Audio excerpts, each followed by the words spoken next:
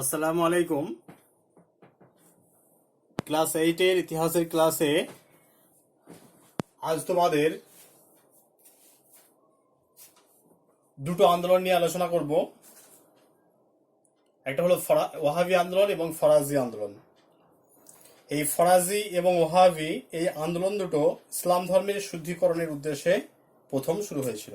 তাহলে ইসলাম ধর্মের যে শুদ্ধিকরণ, ইসলাম ধর্মের মধ্যে যে সমস্ত কুসংস্কার বাসা বেঁধেছিল সেগুলোকে দূর করে কোরআন এবং হাদিস মোতাবেক ইসলাম ধর্মকে পরিচালিত করার জন্য যে দুটো ধর্ম আন্দোলন শুরু হয়েছিল ভারতবর্ষে, তার মধ্যে একটা হলো ওয়াহাবি আন্দোলন আর একটা হলো ফরাজি আন্দোলন।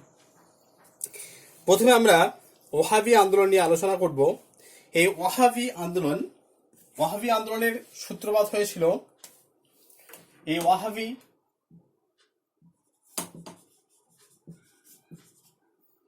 আন্দোলনের সূত্রপাত হয়েছিল আরবে আব্দুল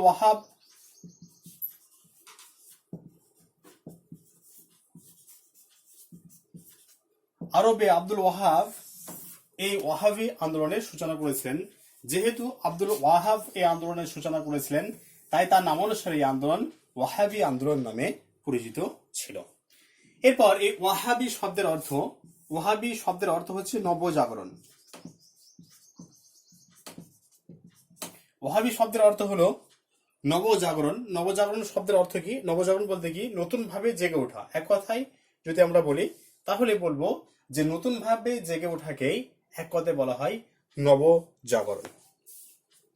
তাহলে এই যে ওয়াহাবি আন্দোলন, আব্দুল ওয়াহাব আরব দেশে এই আন্দোলনের সূচনা করেছিলেন এবং তার নামানুসারে আন্দোলন ওয়াহাবি আন্দোলন নামে পরিচিত ছিল। তবে ভারতবর্ষে এই আন্দোলন যার হাত ধরে ভারতবর্ষে এই আন্দোলন আছে, তার নাম হলো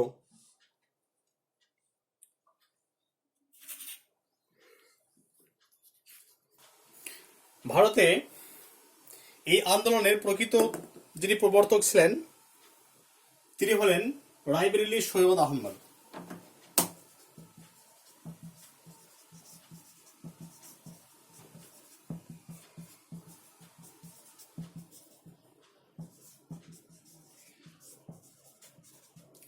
রায়বেরেলী সৈয়দ আহমদ ছিলেন ভারতবর্ষে প্রকৃত যে ওয়াহাবি আন্দোলন তার প্রতিষ্ঠাতা। এই আব্দুল ওয়াহাব এই সৈয়দ আহমেদ ছাড়াও আরো যারা এই আন্দোলন বা ভারতবর্ষের যে ওয়াহাবি আন্দোলনের ক্ষেত্রে গুরুত্বপূর্ণ ভূমিকা পালন করেছিলেন তিনি হলেন শাহ ওয়ালিউল্লাহ এবং তার পুত্র আব্দুল আজিজ।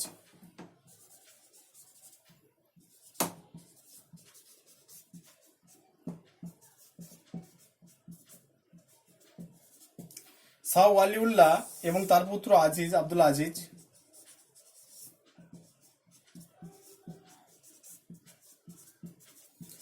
এই দুজনও ভারতবর্ষে যে ওয়াহাবি আন্দোলন সেক্ষেত্রে গুরুত্বপূর্ণ ভূমিকা পালন করেছিলেন। তবে যিনি প্রকৃত প্রবর্তক ছিলেন ভারতবর্ষে ওয়াহাবি আন্দোলনে যিনি প্রকৃত প্রবর্তক ছিলেন তিনি হলেন রায়বেরেলীর সৈয়দ আহমেদ।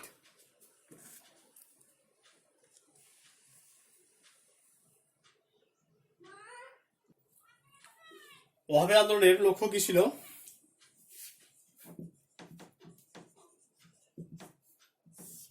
ওয়াহাবি আন্দোলনের লক্ষ্য ইসলাম ধর্মের মধ্যে যে সমস্ত কুসংস্কার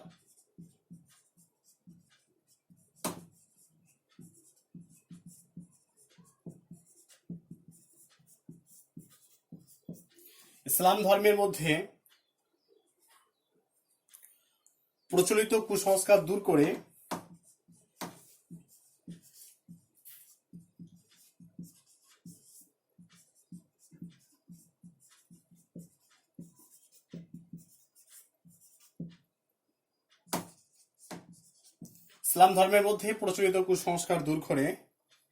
ইসলামের শুদ্ধিকরণ করা।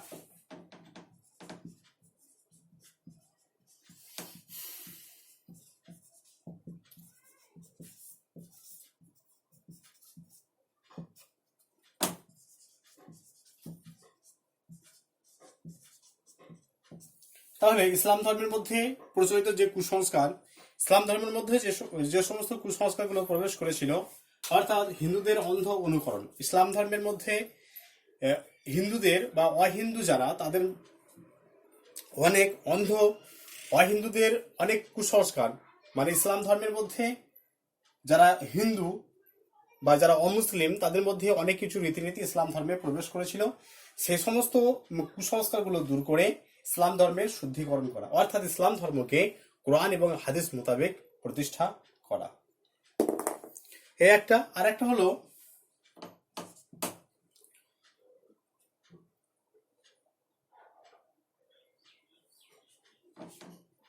বাংলাদেশ থেকে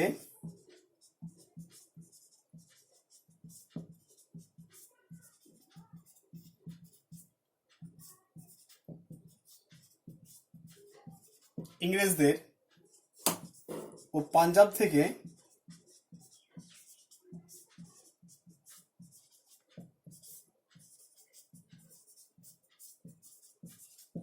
শিখদের বিতাড়িত করে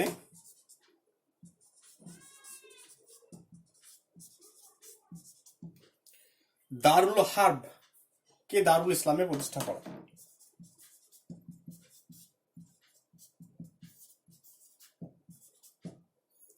দারুল হার্বকে দারুল ইসলামে প্রতিষ্ঠা করা।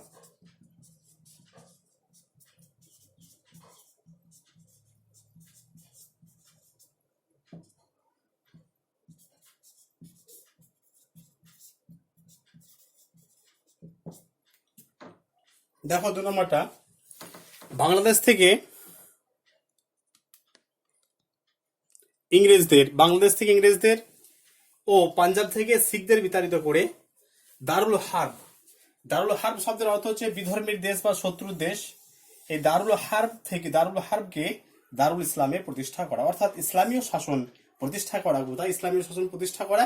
বাংলাদেশ, এবং তাহলে সারা ভারতবর্ষে ইসলামীয় শাসন প্রতিষ্ঠা কথা বলা হয় এই ধর্মে। তাহলে বাংলাদেশ থেকে ইংরেজদের এবং পাঞ্জাব থেকে শিখদের বিতাড়িত করে দারুল হার্বকে দারুল ইসলামে প্রতিষ্ঠা করা। তাহলে দারুল হার্ব শব্দের অর্থ কি? না, দারুল হার্ব শব্দের অর্থ হলো বিধর্মীর দেশ।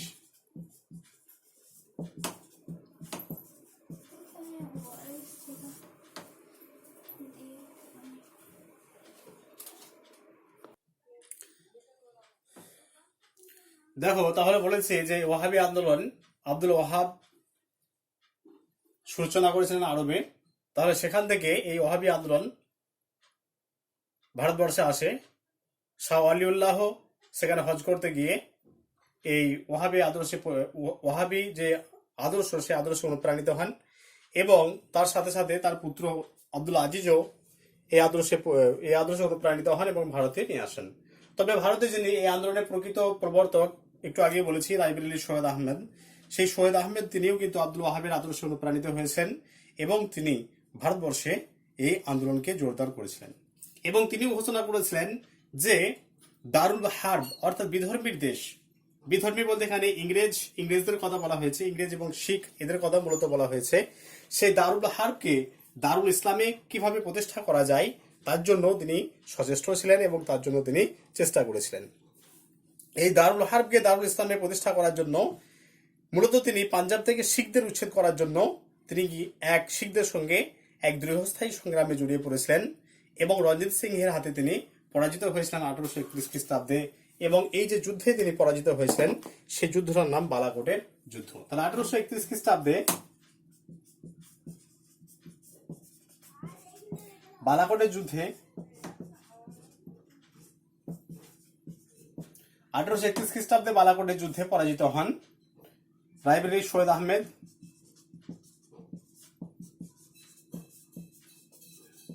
রাইবেরেলি সৈয়দ আহমেদ 1831 খ্রিস্টাব্দে যে বালাকোটের যুদ্ধ, সে বালাকোটের যুদ্ধে রঞ্জিত সিং এর হাতে পরাজিত হন এবং তিনি মৃত্যুবরণ করেন।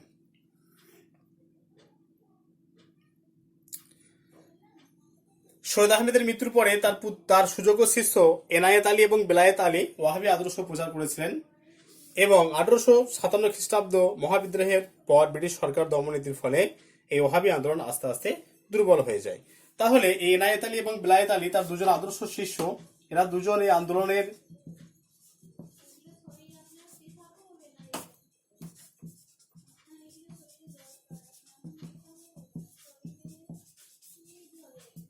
এনায়েত আলী আর বিলায়েত আলী এরা এরা দুই শিষ্য সৈয়দ আহমেদের।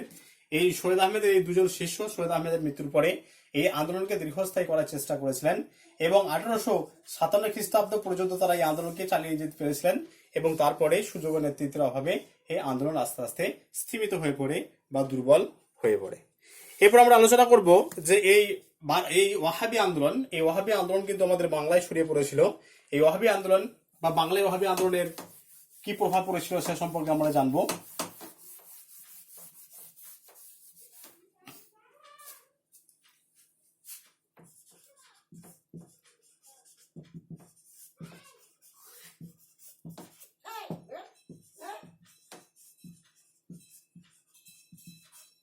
বাংলায় ওয়াহাবি আন্দোলন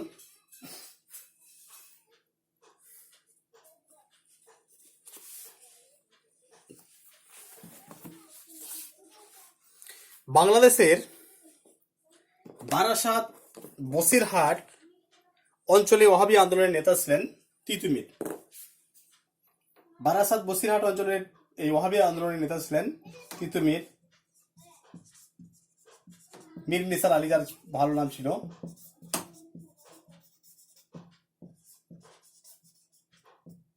মীর নিসার আলী তিনি ওই অঞ্চলের স্থানীয়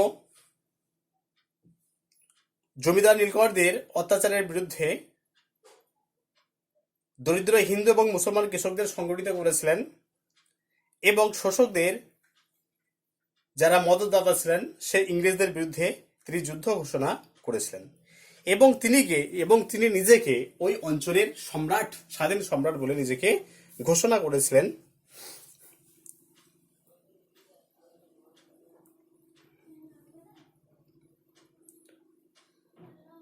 এটি বারাসাত বিদ্রোহ নামে পরিচিত, যেহেতু এটা বারাসাত অঞ্চলে হয়েছিল তাই বারাসাত বিদ্রোহ নামে পরিচিত এটা। তাহলে এই জমিদার এবং ইংরেজরা তার এই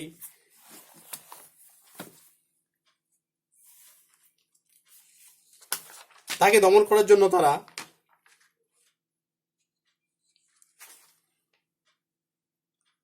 তাহলে তিনি ইংরেজ এবং জমিদারদের অত্যাচার রোধ করার জন্য তিনি নারকেলবেড়িয়া গ্রামে বাঁশের কেল্লা তৈরি করেছিলেন এবং বাঁশের কেল্লার সাহায্যে তিনি ইংরেজদের এবং যারা স্থানীয় জমিদার মধুকৃষ্ণদেব রায়, তাহলে এদের বিরুদ্ধে তিনি রুখে দাঁড়ানোর জন্য তিনি বাঁশের কেল্লা নির্মাণ করেছিলেন। কিন্তু 1831 খ্রিস্টাব্দে লর্ড উইলিয়াম বেন্টিং তিতুমিরের বিরুদ্ধে একটা অভিযান প্রেরণ করেছিলেন এবং সেই অভিযানে আধুনিক অস্ত্রশস্ত্রে সজ্জিত হয়ে বা আগ্নেয়াস্ত্রের ব্যবহারের ফলে সেই বাঁশের কেল্লা ছত্রভঙ্গ হয়ে যায় এবং সেখানে তিতুমিরের মৃত্যুবরণ হয় 1831 খ্রিস্টাব্দে এবং তার প্রধান সেনাপতি মঈনুদ্দিনকে ফাঁসি দেওয়া হয়েছিল। এইভাবে বাংলায় যে ওয়াহাবি আন্দোলন, সেই ওয়াহাবি আন্দোলন একটা গুরুত্বপূর্ণ ভূমিকা পালন করেছিল। দেখো, ভারতবর্ষে যে ওয়াহাবি আন্দোলন হয়েছিল সেই ওয়াহাবি আন্দোলনের গুরুত্ব যদি আমরা বিশ্লেষণ করি তাহলে বেশ কিছু আমরা গুরুত্ব এখান থেকে খুঁজে পাই। প্রথমত কি না, এই আন্দোলন ইংরেজ সরকারকে প্রবলভাবে আঘাত করেছিল। দেখো, ওয়াহাবি আন্দোলন ব্যর্থ হলো, ঠিক আছে, বা বাংলাতে ওয়াহাবি আন্দোলন ব্যর্থ হলো, কিন্তু ওয়াহাবি আন্দোলন ব্যর্থ হলেও এই গুরুত্ব ছিল অপরিসীম। কেন অপরিসীম? না, এই আন্দোলন ইংরেজদের যে মর্যাদা বা ইংরেজদের যে ঔদ্ধত্য, সেই ইংরেজ সরকারকে এই প্রবলভাবে আঘাত করেছিল এই আন্দোলন। 2 নম্বর হচ্ছে যে মুসলিম সমাজের মধ্যে একটা রাজনৈতিক চেতনা বৃদ্ধি পায় এই আন্দোলনের ফলে। যেহেতু এটা দারুল হার্বকে দারুল ইসলামে প্রতিষ্ঠা করার কথা বলা হয়েছিল, দারুল হার্ব অর্থাৎ বিধর্মীর দেশ থেকে বিধর্মীর দেশকে ইসলাম ধর্মে পরিণত করার কথা বলা হয়েছিল। তাই এই আন্দোলন কি হয়েছিল না, মুসলিমদের মধ্যে একটা জাতীয়তাবোধ জাগ্রত করতে সাহায্য করেছিল এবং মুসলিমরা এই আন্দোলনে সক্রিয়ভাবে অংশগ্রহণ করেছিল।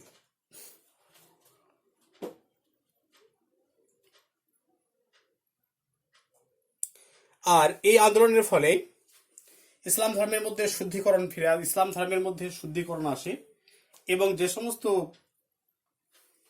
কুসংস্কার ইসলাম ধর্মের মধ্যে প্রবেশ করেছিল সেই সমস্তগুলো ইসলাম ধর্ম থেকে দূরীভূত হয় এবং ইসলাম ধর্মের যে শুদ্ধিকরণ সেই শুদ্ধিকরণের পথ প্রশস্ত হয় এই ওয়াহাবি আন্দোলনের মধ্য দিয়ে।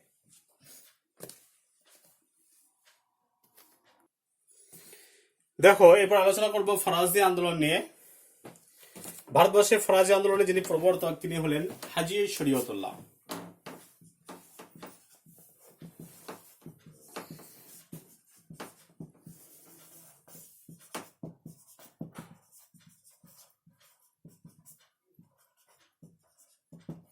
হাজী শরীয়তুল্লাহ হলেন ভারতবর্ষে ফরাজি আন্দোলনের প্রবর্তক। সময়কাল 1820।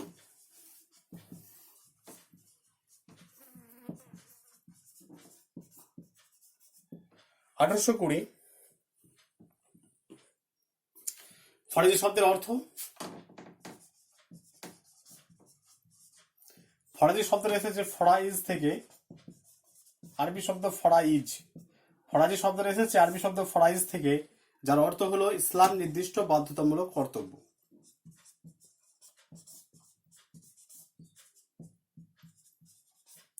ইসলাম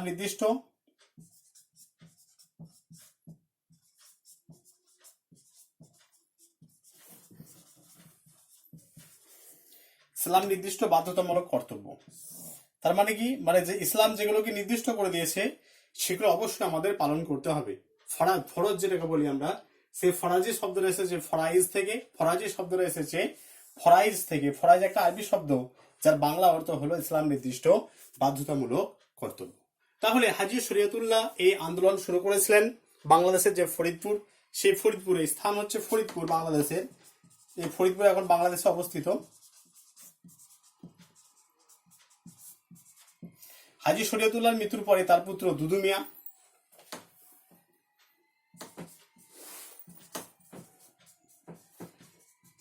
তার ভালো নাম হচ্ছে মোহাম্মদ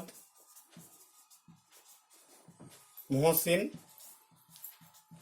এবং মোহাম্মদ মহসিনের পর নোয়া মিয়া এই আন্দোলনকে এগিয়ে নিয়ে যান। এরপর আমরা জানবো যে এই আন্দোলনের ফরাজি আন্দোলনের লক্ষ্য কি কি ছিল সে সম্পর্কে আমরা জানবো। দেখো, এই ফরাজি আন্দোলনের যে লক্ষ্য, সেই লক্ষ্যের মধ্যে অন্যতম হলো ইসলাম ধর্মের কুসংস্কার দূর করে কোরআন নির্দেশিত পথে ইসলাম ধর্মের সংস্কার। তাহলে ইসলাম ধর্মের মধ্যে যে কুসংস্কারগুলো বাসা বেঁধেছিল সে সমস্তগুলোকে দূর করে কোরআনের নির্দেশিত পথে ইসলাম ধর্মের সংস্কার সাধন, এটা হলো 1 নম্বর। 2 নম্বর হলো জমিদার এবং নীলকরদের অত্যাচারের বিরুদ্ধে, জমিদার এবং নীলকর সাহেবদের যে অত্যাচার, সে অত্যাচারের বিরুদ্ধে যারা দরিদ্র সম্প্রদায়ের মানুষ, দরিদ্র কৃষক, কারিগর, তাঁতি, এই সমস্ত সম্প্রদায়কে সংঘবদ্ধ করা। আর 3 নম্বর হলো বাংলাদেশ থেকে ইংরেজ শাসন উচ্ছেদ করে ইসলামের শাসন প্রতিষ্ঠা করা। এই 3টে লক্ষ্যকে সামনে রেখে, তাহলে কি কি লক্ষ্য?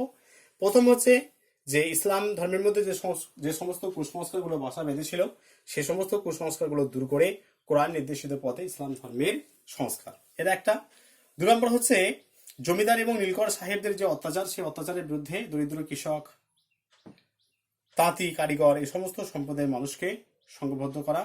আর 3 নম্বর হলো বাংলাদেশ থেকে ইংরেজ শাসন উচ্ছেদ করে ইসলামের শাসন প্রতিষ্ঠা করা। এই 3টি উদ্দেশ্যকে সামনে রেখে এই ফরাজি আন্দোলন শুরু হয়েছিল।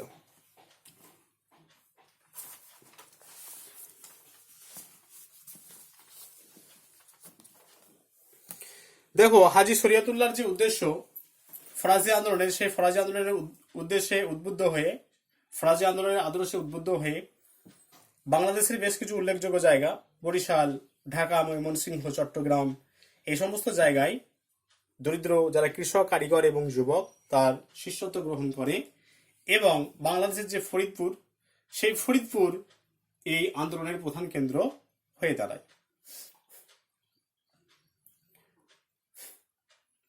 1840 খ্রিস্টাব্দে হাজী শরীয়তুল্লাহর মৃত্যুর পরে তার পুত্র দুদু মিয়া বা মোহাম্মদ মহসিন এই আন্দোলনের প্রধান পরিচালক হয়ে ওঠেন এবং তিনিই প্রথম বলেছিলেন যে জমি আল্লাহর দান এবং জমি যেহেতু আল্লাহর দান তাই তার উপর কর ধার্য করার অধিকার কারণ নেই। যেহেতু জমিটা আল্লাহর দান তাই অন্য কোনো ব্যক্তি এসে সেই জমির উপর রাজস্ব আদায় করবে বা কর ধার্য করবে সে অধিকার কারো নেই। তিনি এই আন্দোলনকে সঠিকভাবে পরিচালনা করার জন্য ফরাজি খেলাফত নামে এক ধরনের প্রশাসন গড়ে তুলেছিলেন এবং তিনি বাংলাদেশকে কয়েকটি হালকায় বিভক্ত করেছিলেন। তাহলে এটা ফরিদপুর হচ্ছে প্রধান কেন্দ্র ছিল ফরিদপুর। এই ফরিদপুর থেকে তিনি বিভিন্ন প্রশাসনিক কেন্দ্র গঠন করেছিলেন যেগুলো হলকা নামে পরিচিত। তাহলে এগুলো হলকা নামে পরিচিত এবং হলকার দায়িত্ব যার হাতে থাকতো তাকে বলা হয় ইমাম। তাহলে এরা কি করতো, এরা সবসময় এই খবরাখবরগুলো এই ফরিদপুর যেটা প্রধান কেন্দ্র সেখানে আদান প্রদান করতেন। এইভাবে এই মোহাম্মদ মহসিন বা দুদু মিয়া তিনি এই আন্দোলনকে অনেকটা মজবুত করতে পেরেছিলেন।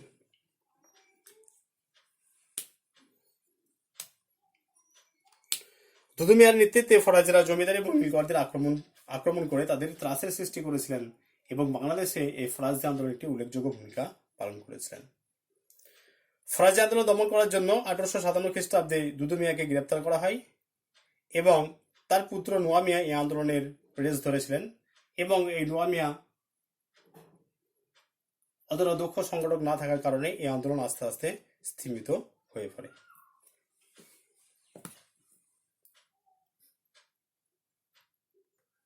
ভারতবর্ষের ইতিহাসে এই ফরাজি আন্দোলনের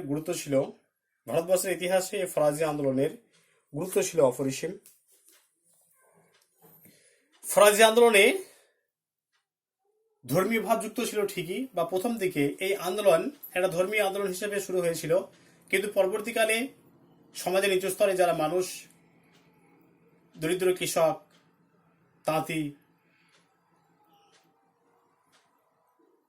কারিগর, এই সমস্ত সম্প্রদায়ের মানুষ এই আন্দোলনে সক্রিয়ভাবে অংশগ্রহণ করেছিল এবং প্রথম পর্যায়ে এই আন্দোলন একটা ধর্মীয় আন্দোলন হিসেবে শুরু হলেও পরবর্তীকালে এটি একটি কৃষক আন্দোলনে পরিণত হয় এবং সর্বস্তরের হিন্দু মুসলিম সমবেতভাবে এই আন্দোলনে সক্রিয়ভাবে অংশগ্রহণ করে। 2 নম্বর হচ্ছে জমিদার এবং নীলগরদের বিরুদ্ধে নিপীড়িত কৃষকদের ঐক্যবদ্ধ করে ফরাজিরা তাদের একটা নতুন চেতনার জাগরণ ঘটাতে সাহায্য করেছিল। শুধুমাত্র এই আন্দোলনটি ইসলাম বা মুসলিমদের মধ্যে সীমাবদ্ধ ছিল না, সমাজের সর্বস্তরের মানুষ এই আন্দোলনে সক্রিয়ভাবে অংশগ্রহণ করেছিলেন। তাই এই আন্দোলন একটা বৃহৎ কৃষক আন্দোলনে পরিণত হয়েছিল এবং এই আন্দোলন জমিদার এবং নীলকর সাহেবদের যে মূলে কুঠারাঘাত করেছিল এবং তাদের ভিতকে নাড়িয়ে দিতে পেরেছিল এই আন্দোলন। তাহলে আজ তোমাদের এই ফরাজি এবং ওহাবি আন্দোলন নিয়ে আলোচনা করা হলো। আজকে তোমাদের ঈদের আগে শেষ ক্লাস। যতদূর পড়ানো হলো আমি প্রশ্ন দিয়ে দেবো তোমাদের 10 তারিখের মধ্যে। আজ 8 তারিখ, 10 তারিখের মধ্যে আমি যে এই ওহাবি এবং ফরাজি আন্দোলন পর্যন্ত যে সমস্ত প্রশ্নগুলো হয় সে সমস্ত প্রশ্নগুলো গ্রুপে আমি দিয়ে দেবো। তোমরা ওই প্রশ্নগুলো সকলেই তৈরি করবে। আর কারো যদি কিছু জিজ্ঞাসা থাকে অবশ্যই আমাকে জানাবে, হোয়াটসঅ্যাপে মেসেজ করবে। ক্লাসটা ভালো করে সবাই দেখবে। কিছু বুঝতে অসুবিধা হলে আমাকে অবশ্যই জানাবে।